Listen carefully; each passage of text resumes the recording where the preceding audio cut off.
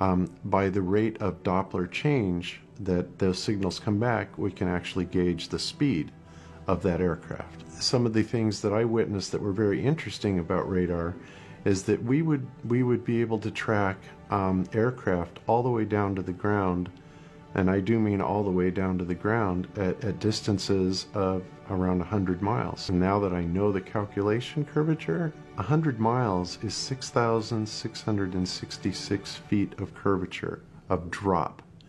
That is literally impossible because radar works at microwave frequencies, 2 to 6 gigahertz or even higher, anywhere in the microwave spectrum, and it is absolutely reliant on it being line of sight, meaning if you can't see it, it don't work.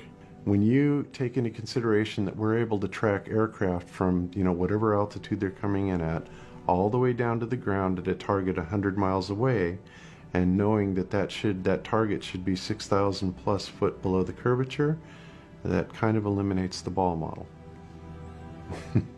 Well, in air traffic control, they have two different types of radar. There's a short range, but airport-based radar goes out to 60 miles. And then for the long flights and high altitude and off coast, it can go out to, it's en route radar, and it can be 200 miles. So they can detect targets 200 miles away. So in radar, the point is it has to be able to have a direct line to the airplane. So with regards to the shape of the Earth, I never thought about it as I worked for 24 years. You didn't say, wait a minute, I think that target is too low for me to see at that distance. Nobody ever even thinks about that.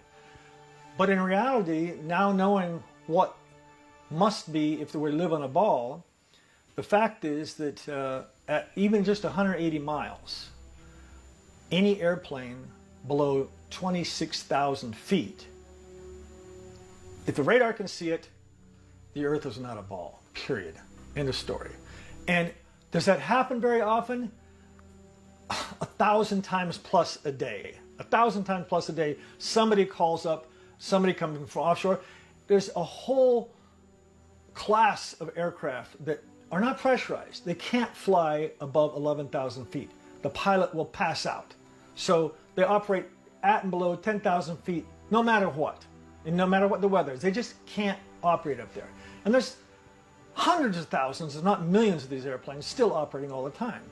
And so they'd be coming in at 6,000, 7,000, 8,000 feet from like Bermuda or beyond and say 180 miles from Miami. And I said, Roger.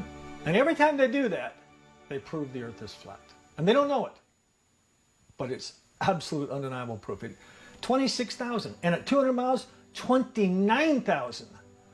I mean, there's a lot of commercial flights are never at 29,000 coming in from 200 miles out.